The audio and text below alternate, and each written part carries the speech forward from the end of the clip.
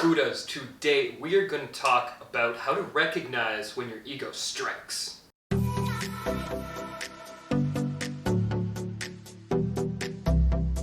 Now, Buddhas, two quick things before we get started. Number one, I've got a playlist down below with over 100 Buddha Billionaire videos for you to binge immediately if you want to have a spiritual awakening. And number two, today's video is sponsored by taking a deep breath. So everyone, we are going to inhale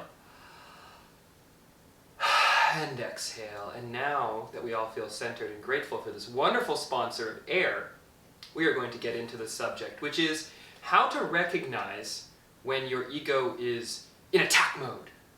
You can barely see it, but I'm attacking. The other day, I was laying in bed in the morning, and I was laying on my back, which I don't normally do. I'm more of like a kind of like all over my face sleeper.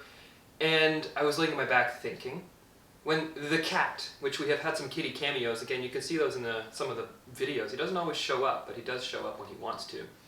The cat decided it would be a pleasant idea to walk across me, as he does many times in the morning, but this time he decided to walk and step right on my Adam's apple. Like, you know, that important soft spot right here where you kind of breathe through and there's no real bone structure supporting it, it's just your actual windpipe.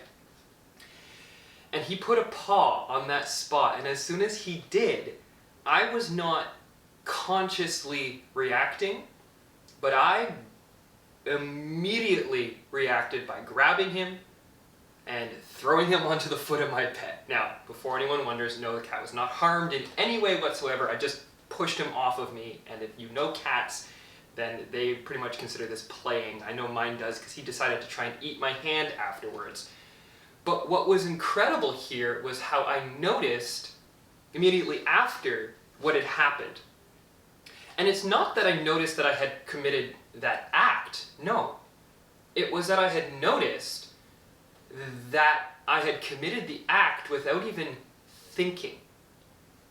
My body is a beautiful, magical, intelligent creation, a machine, an incredibly sophisticated computer designed to keep itself alive.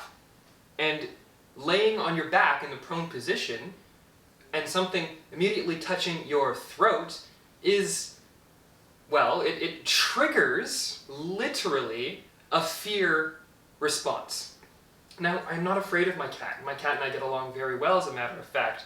But the instant that I had that sensation of pressure being applied to my throat without me really being aware of what else was going on, I reacted. I reacted by removing that, by grabbing that, noticing it was my cat, and throwing him to the end of the bed, not causing any harm, but it was really cool immediately afterwards for me to sit for a moment and to think what had just happened, and to realize that I hadn't consciously made the decision to grab my cat, throw him at the end of the bed, but I had done it.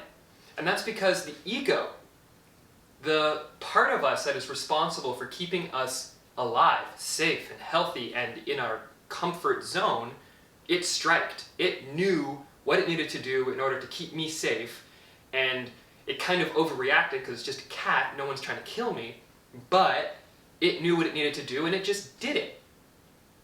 And I have gotten to a point now where I'm able to witness this. And it is such a cool place to be, Buddhas, and you can all join me there by starting to center yourself a little bit, by starting to meditate, by starting to become aware of your thoughts, and then you will become aware of your reactions. And when you start to be aware of your reactions, it's not about not reacting, but it's about being able to take stock afterwards and to see why things happened, to see what happened, and to be able to analyze that and say, oh, okay, I can see that was the ego that attacked, and nothing really bad happened, but I can see how that might have correlated into other situations in my life where I felt threatened or beguiled by someone else, and how the ego will lash out and just do what it thinks it needs to do to survive.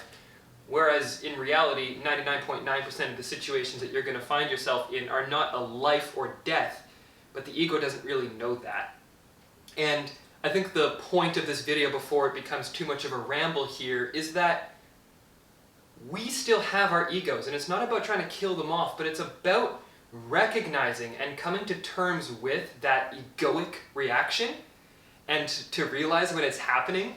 And Buddhas, it is absolutely incredible to start to process this, and I want to challenge all of you to write down in the comments below, after of course you have subscribed and hit the like button, to write down in the comments below and let me know if this has ever happened to you, if there's an instance where you have noticed an ego reaction, and not to be shameful of it, not to worry about it, but to just say, I noticed I reacted this way, and that made me feel like this, and now I am one level up in that conscious understanding of myself.